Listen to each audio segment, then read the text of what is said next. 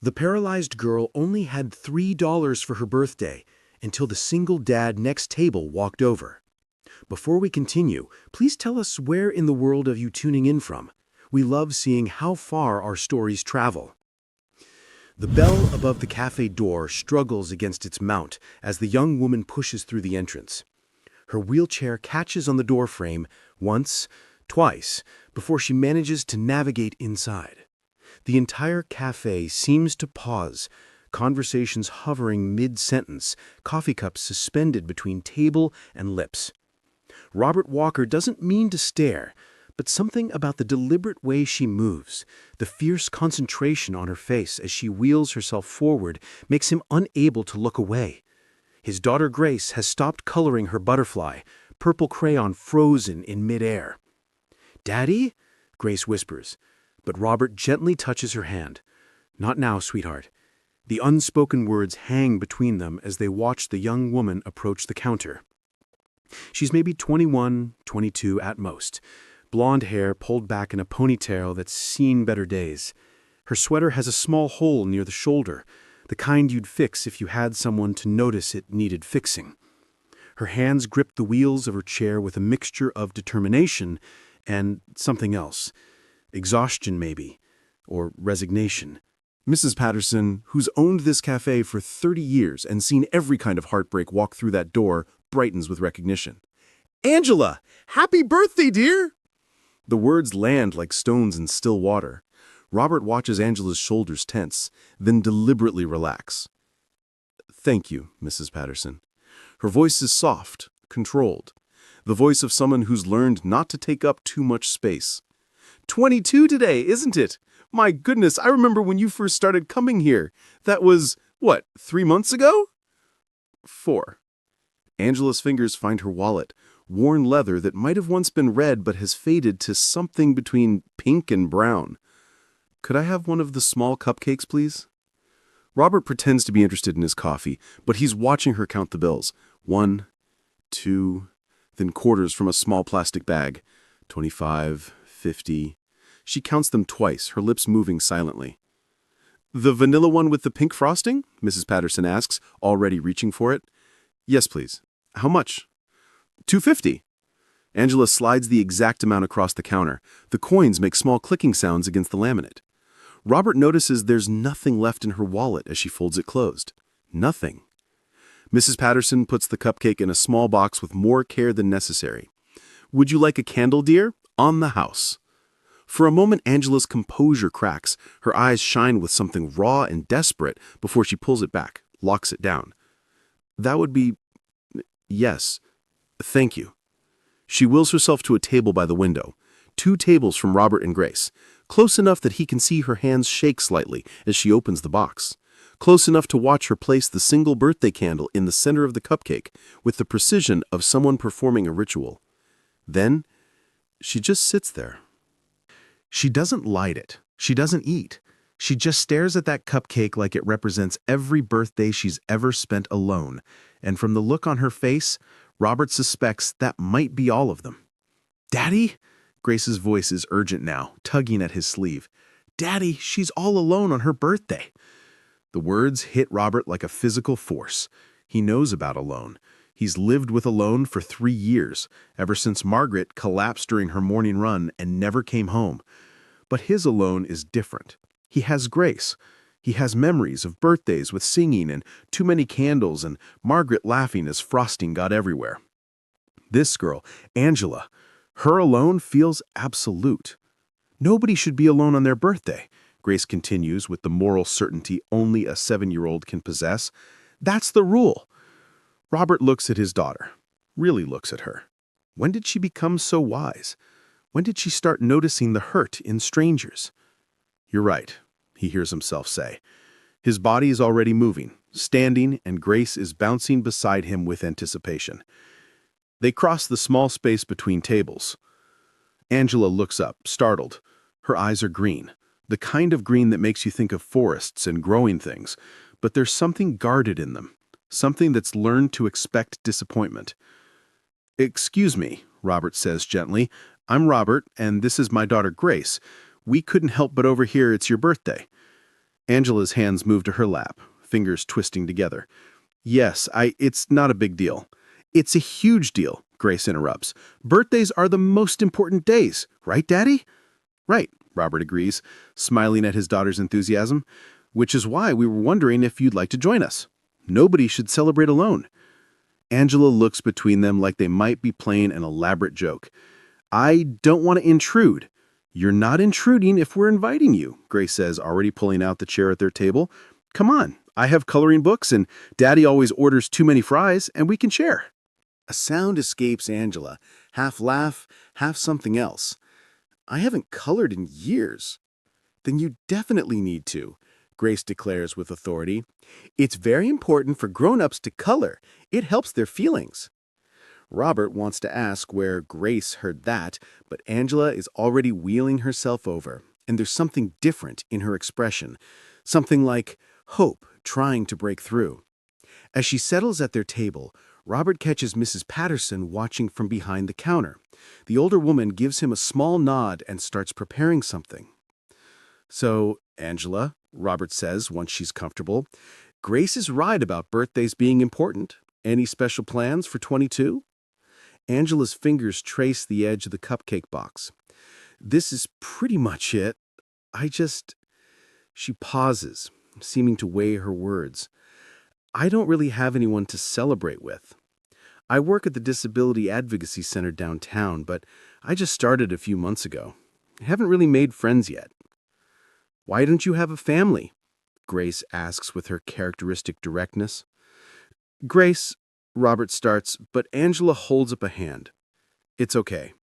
I grew up in foster care, never got adopted, aged out of the system at 18. She says it matter-of-factly, like she was talking about the weather, but Robert hears the years of practice it took to say those words without breaking. The confession hangs in the air. Robert thinks about all the birthdays this girl has spent alone. 18 years in the system, 4 years on her own, 22 birthdays, and this might be the first time someone's invited her to their table. Foster care? Grace asks, and Robert can see her trying to understand. They've talked about different kinds of families, but this is new territory. It means I lived with different families growing up, but temporarily. Like borrowing a family for a while. Grace considers this seriously. That sounds lonely. It was sometimes, Angela admits, but it taught me to be strong. You must be the strongest person ever then, Grace says, and Robert watches Angela's careful composure crack again, just slightly. I don't know about that. Grace is right, Robert interrupts gently. It takes incredible strength to build a life on your own, to keep celebrating birthdays when there's no one to celebrate with, to keep hoping. Angela looks at him sharply. Who says I keep hoping? You're here, aren't you? You bought yourself a birthday cupcake. You accepted a candle from Mrs. Patterson. You came to sit with us. That's hope. Mrs. Patterson appears at their table before Angela can respond, carrying a tray with 3 hot chocolates topped with whipped cream and a larger cupcake with Happy Birthday Angela written in elegant script. Birthday special, she announces, no charge for this particular one. Angela's eyes fill with tears. I already spent. Did I ask for money? Mrs. Patterson says firmly. 22 years old. That's worth celebrating properly. Grace immediately grabs the lighter from the counter and carefully lights both candles, the one on Angela's small cupcake and the one on the new bigger one. Make wishes on both, double birthday power. Angela laughs, a real laugh this time, and Robert realizes it's probably the first genuine joy he's heard from her. What do I wish for? She asks, and it's clear she's not really asking about the candles. Whatever you want most, Grace says, seriously. Birthday wishes are powerful. They can change everything. Angela closes her eyes. In the candlelight, Robert can see the child she must have been, blowing out candles in different kitchens with different temporary families, always wishing for the same thing. When she opens her eyes and blows out both candles, tears are streaming down her face. I'm sorry, she says, wiping at her cheeks. I'm not someone who cries. Hey, Robert says softly, it's okay. Birthdays are emotional. Trust me, I cried at my last 3. Really? Angela asks. Really? Grace had to bring me tissues. Lots of them. Daddy cries at everything now, Grace informs Angela seriously. Even commercials with dogs in them. But he says it's okay, because tears mean you're feeling things, and feeling things means you're alive. Angela looks at Robert with something like understanding. You lost someone. It's not a question, but Robert nods anyway. My wife, 3 years ago. Brain aneurysm during a morning run. Grace was 4. I'm sorry. Thank you. But we're learning, Grace and I, that you can build something new from loss. Not a replacement, but something different. Something that honors what was while making room for what could be. Angela's hands wrap around her hot chocolate mug like she's drawing warmth from more than just the drink. I wouldn't know about honoring what was. I don't even know who my parents were. The foster system said my mother was young, overwhelmed, left me at a hospital when I was 2 weeks old. No name, no note, just left. Grace reaches across the table and takes Angela's hand. That's so sad. It used to make me angry, Angela admits. Every birthday I'd wonder if she remembered, if she knew it was the day her daughter turned 5 or 10 or 16. But anger is exhausting. Now I just exist with it. How did you end up in the wheelchair? Robert asks gently. If you don't mind me asking. Angela takes a sip of her hot chocolate before answering. Rock climbing accident when I was 18. Funny thing is, it was my first time doing something just for fun. I'd just aged out of foster care, gotten a scholarship to community college, and some kids invited me to go climbing. I thought, why not? I'm finally free to make my own choices. She pauses, and Robert can see her reliving it. The equipment failed. Nobody's fault, just a faulty carabiner. Fell 30 feet, woke up in the hospital unable to feel my legs. The kids who invited me never visited. I guess they felt guilty, or maybe they just didn't know what to say to the foster kid, who was now also paralyzed. That's when I learned that being alone in foster care was just practice for being alone in the world. Robert feels Grace squeeze his hand under the table. His daughter, who lost her mother before she could really form memories, understanding something about this woman's pain that transcends age. You know what I think? Grace says suddenly. I think you're wrong about being alone. Angela raises an eyebrow. Oh? You said you were practicing being alone, but I think you were practicing being strong, so that when you found your real family, you'd be ready. Grace, honey, I don't have a real family. Not yet, Grace interrupts. But Daddy says family isn't always the people you're born to. Sometimes it's the people who choose you, and we choose you. The words hang in the air like suspended notes of music. Angela looks at Robert, seeking confirmation that his 7-year-old daughter isn't speaking out of turn. Grace is right, Robert says simply. We know what it's like to have an empty seat at the table, to have too much quiet in the house. Maybe we could fill some of that empty space for each other. You don't even know me, Angela whispers. I know you spent your last $3 on a birthday cupcake. I know you work helping other people with disabilities even though you're struggling yourself. I know you've survived 22 years without anyone to call family, and you're still kind enough to accept a candle from Mrs. Patterson and gentle enough to humor a 7-year-old with coloring books. And you're really good at hot chocolate drinking, Grace adds seriously. That's important in a friend. Angela laughs through her tears. I don't know what to say. Say you'll come to the science museum with us on Sunday. They have a butterfly house, and the butterflies land on you, and it's magical, and you need magic in your life. How do you know I need magic? Everyone needs magic, but especially people who've had too many birthdays without it. Robert pulls out his phone. Give me your number. Fair warning, Grace just discovered knock-knock jokes, so you might get a few dozen of those. As Angela enters her number with shaking fingers, she says, "I should warn you, I don't know how to do this. The family thing. The friend thing. I might mess it up." "Perfect," Robert says. "We don't know how to do it either. We're just making it up as we go." "Daddy says that's what all families do," Grace adds, now coloring a purple butterfly with intense concentration. "They just pretend they know what they're doing until one day they realize they actually do." Mrs. Patterson appears again, this time with a small bag. "Leftover muffins," she says, pressing them into Angela's hands. "For breakfast tomorrow. Birthday breakfast." "Mrs. Patterson, I can't keep taking." "You're not taking, I'm giving. There's a difference. And Angela, I've watched you come in here for 4 months, always alone, always counting exact change. Today's the first time I've seen you smile. Really smile. That's worth more than all the muffins in my kitchen."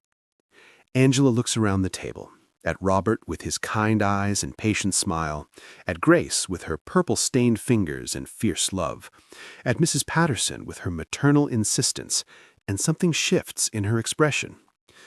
"The wish," she says suddenly. "The birthday wish I made. You're not supposed to tell," Grace exclaims. "It won't come true." "I think it already has," Angela says. "I wished for exactly this, for people who would see me more than my chair, more than my past, for a place to belong, even if just for an afternoon."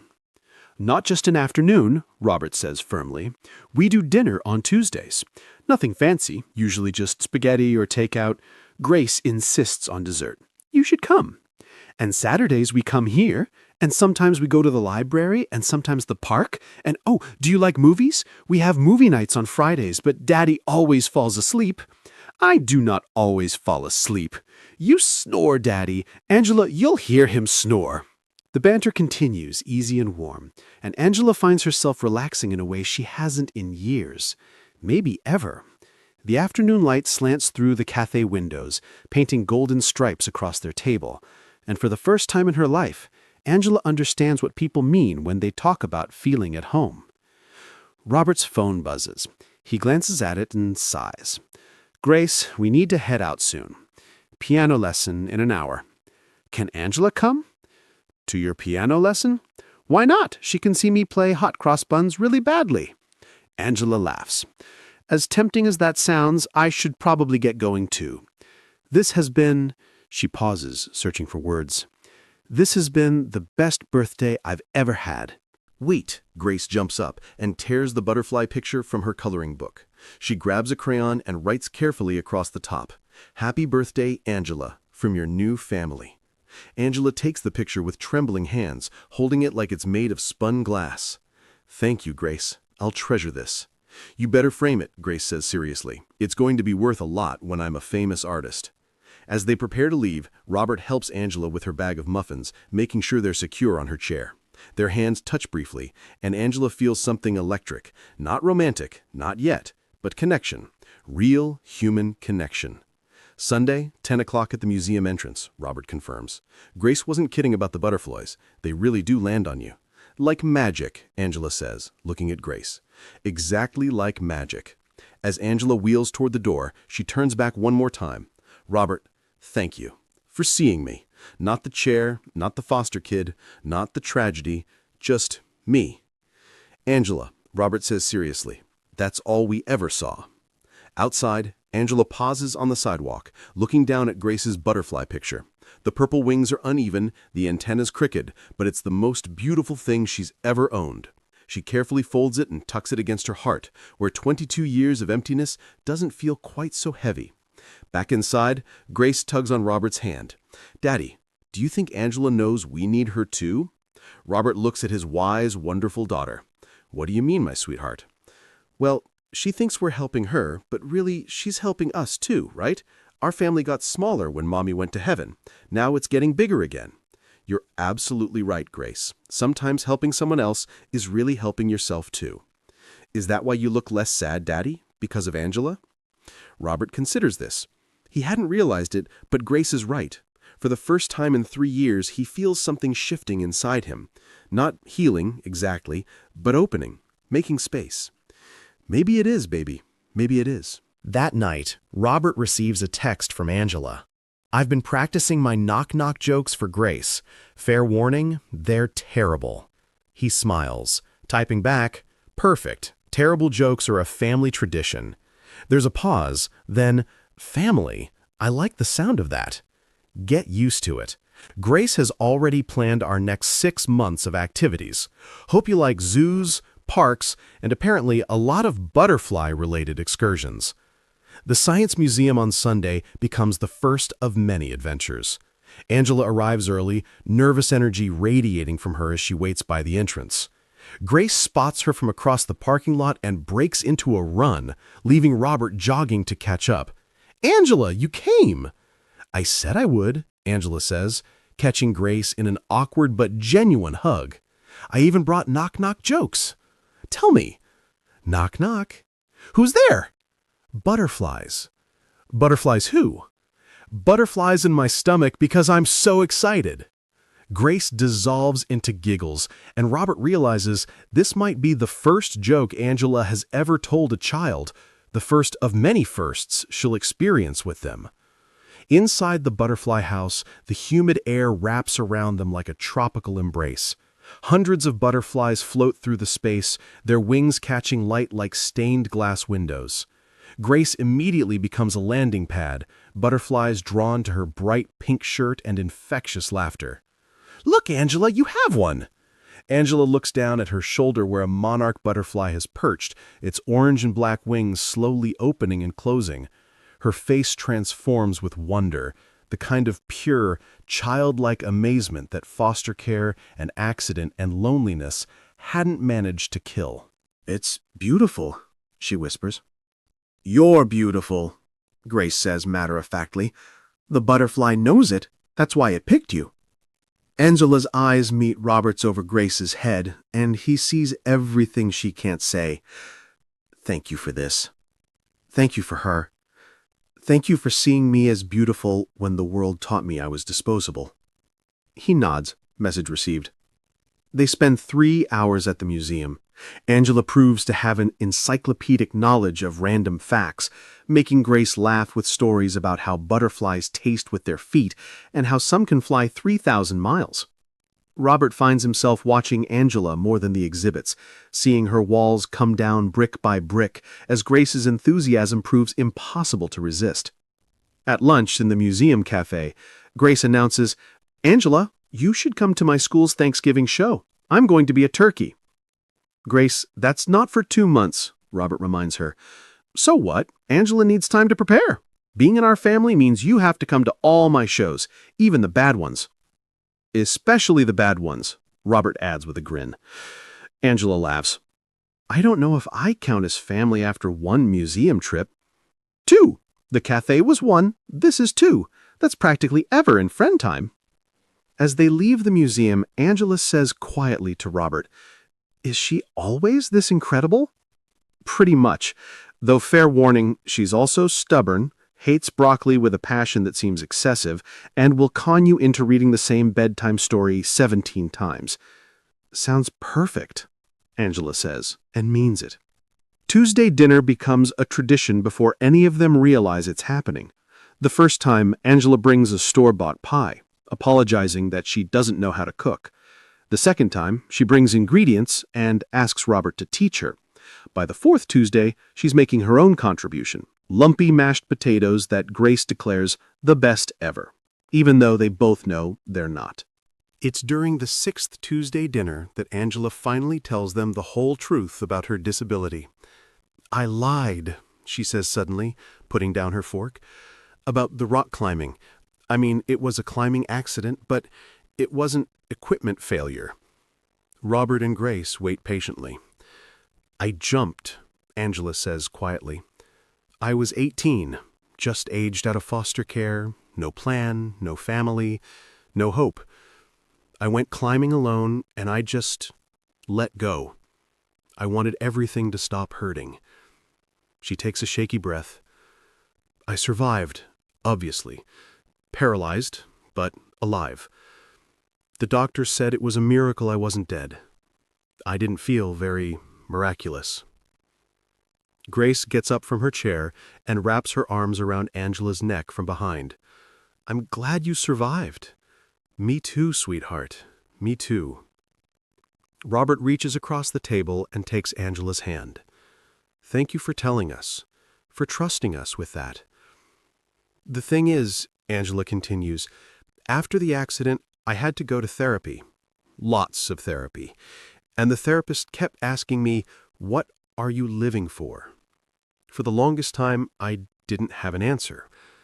But now, she looks around the small kitchen, at Grace's artwork on the refrigerator, at the mismatched plates Robert bought at a yard sale after Margaret died because the old ones held too many memories, at the 3 place settings that have become as natural as breathing.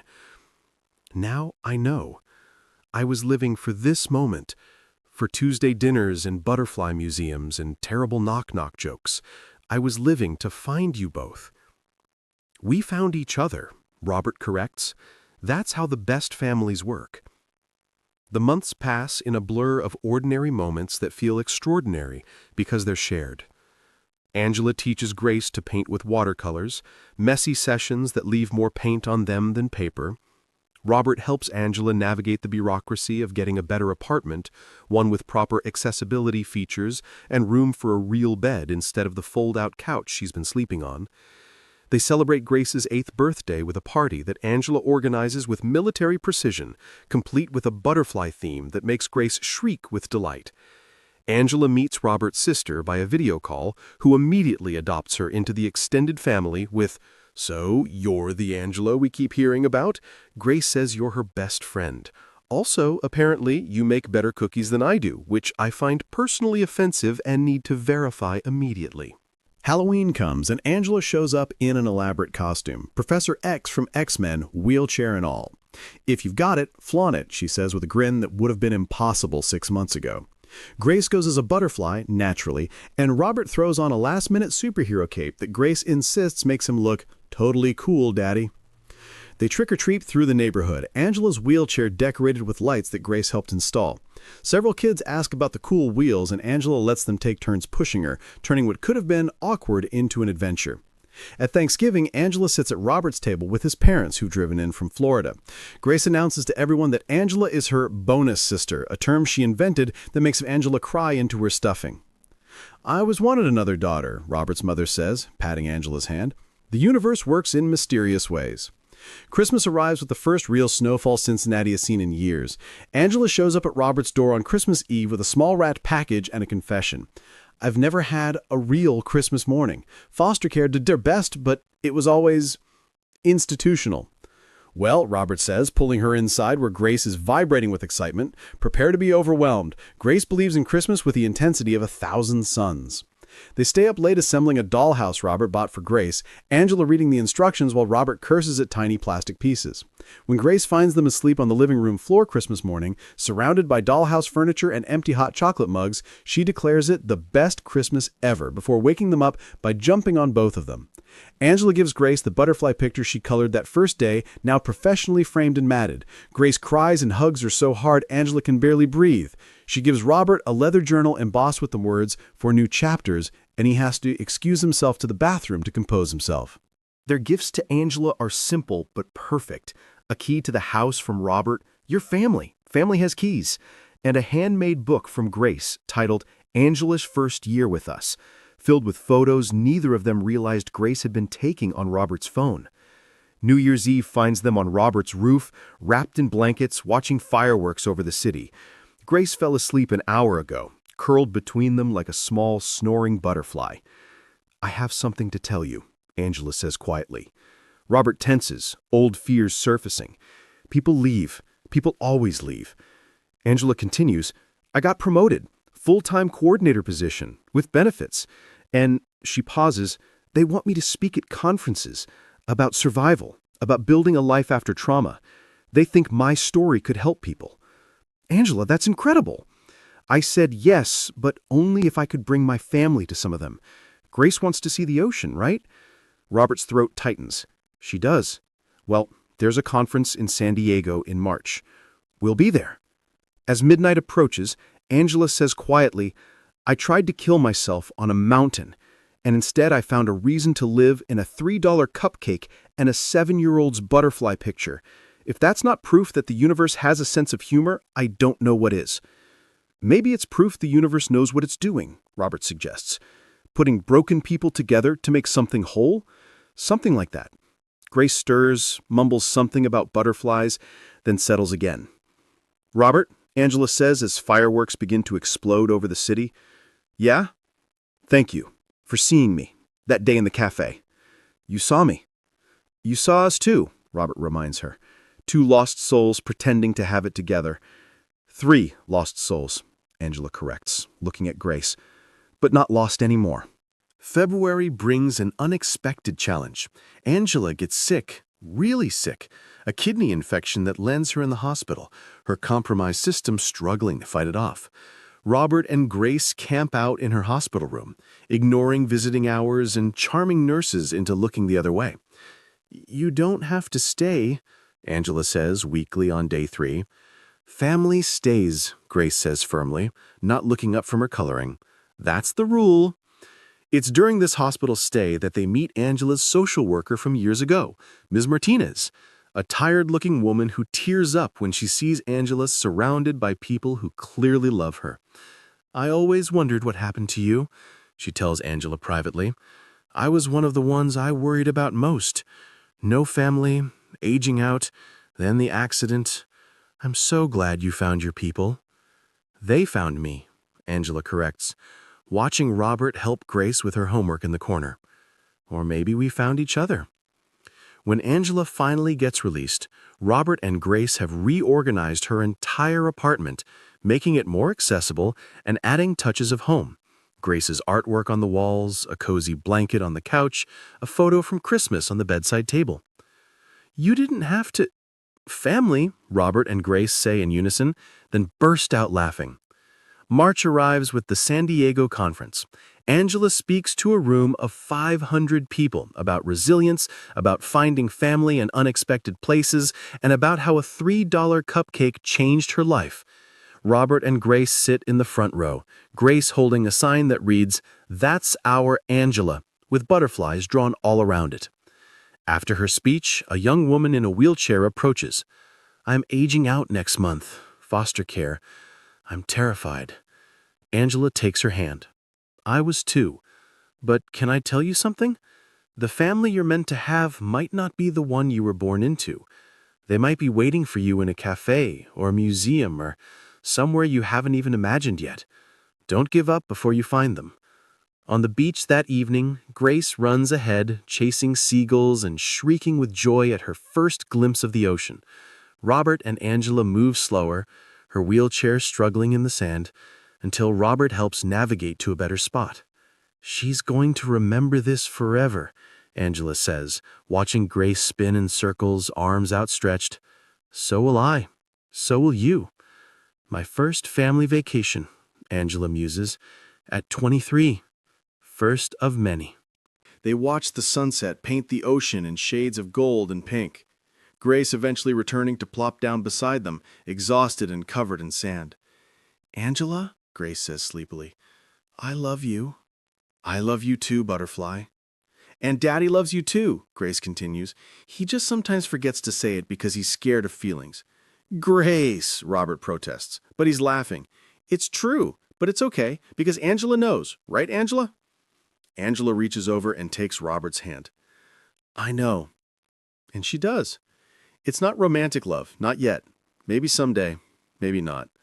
But it's family love, chosen love, the kind of love that builds itself from Tuesday dinners and museum trips and hospital vigils, the kind of love that saves you. 1 year after that first meeting in the cafe, they return to the same table. Mrs. Patterson brings out a cake she's made specially, 3 layers covered in butterflies. For my favorite family, she says, beaming. Angela is different now. Still in the wheelchair, but sitting taller. Her hair is longer, healthier. She wears a sweater Grace picked out, bright purple, no holes. She laughs easily, touches freely, takes up space in the world like she finally believes she deserves to be here. Make a wish, Grace commands, as Angela prepares to blow out the candles. Angela looks at Robert and Grace, at Mrs. Patterson, at the cafe that started it all. I don't need to. Everything I wished for is already here. Wish anyway, Grace insists. Birthday rules. So Angela closes her eyes and wishes. Not for herself this time, but for all the other Angelas out there alone on their birthdays with $3 and no hope. She wishes they find their Roberts and Graces. She wishes they learn that family isn't about blood or adoption papers or any official document. Family is about showing up. It's about seeing someone's pain and choosing to sit with them in it. It's about butterfly museums and terrible jokes and Tuesday dinners that taste like belonging. She blows out the candles and Grace cheers, and Robert squeezes her shoulder, and Mrs. Patterson wipes away tears, and Angela knows with absolute certainty that she is finally, completely, unconditionally home. 3 years after that first birthday, Angela wheels down an aisle scattered with butterfly wings made of paper. Hundreds of them, each one decorated by a child from the foster care group home she now volunteers at. Robert waits at the end of that aisle, Grace beside him as the world's most enthusiastic flower girl. They'd fallen in love slowly, carefully, like two people who knew what it meant to lose everything and were terrified to risk again. But love, real love, doesn't ask permission. It just grows, steady and sure, through shared struggles and small victories. "Do you take this woman?" the officiant asks Robert. "We already did," Grace announces loudly. 3 years ago. This is just paperwork." The congregation laughs, Robert's family, Angela's colleagues, the kids from the group home, Mrs. Patterson in the front row crying into a handkerchief. "But yes," Robert says, looking at Angela with eyes that hold their entire story. "Forever, yes." When they kiss, Grace releases a box of butterflies she's been secretly holding. Real ones, monarchs that spiral up into the sky like wishes made visible. Later, Angela will ask how she managed it, and Grace will say, "Magic, duh." At the reception, Angela's former social worker makes a speech. "I've been in foster care for 20 years. I've seen a lot of kids age out. Most struggle. Some don't make it. But Angela proved that sometimes the family you need is waiting for you in the most unexpected place. Sometimes it just takes one person seeing you, really seeing you, to change everything." Robert's sister adds, "When Robert first told me about Angela, he said, 'We're helping this girl who has no one.' But watching them these past 3 years, I realized Angela wasn't the only one being saved. She saved Robert and Grace too. From grief, from closing off, from forgetting that life can still be beautiful after loss." The $3 cupcake makes an appearance. Mrs. Patterson has recreated it exactly, down to the vanilla cake and pink frosting, though this time it's surrounded by a feast that fills the entire reception hall. Angela takes a bite and remembers that girl who counted exact change, who thought $3 was all she had to offer the world. "What are you thinking?" Robert asks, spinning her wheelchair in a practiced dance move they've perfected over the years. "That I'm glad I didn't die on that mountain," Angela says simply. "That I'm glad I made it to 22. That I'm glad I had exactly $3 that day. Not a penny more or less," Robert agrees. "Because any more, and I might have bought 2 cupcakes, eaten alone, and left before you could notice me. I would have noticed you anywhere," Robert says, then adds with characteristic honesty, "but I'm glad it was there, our place." Grace interrupts their dance, demanding to be lifted onto Angela's lap, a move they've also perfected, Robert supporting Grace while she balances on Angela's chair, the three of them spinning together like they're the only people in the world. The story ends here, but really it never ends, because somewhere right now there's someone sitting alone, counting exact change, believing they're invisible. And somewhere else, there's someone who could see them if they just looked up. Subscribe if you believe in the power of human kindness. Share this with someone who needs to know they're worth seeing. Remember, sometimes all it takes is $3, a moment of courage, and someone willing to say, "Would you like to join us?" Your story isn't over.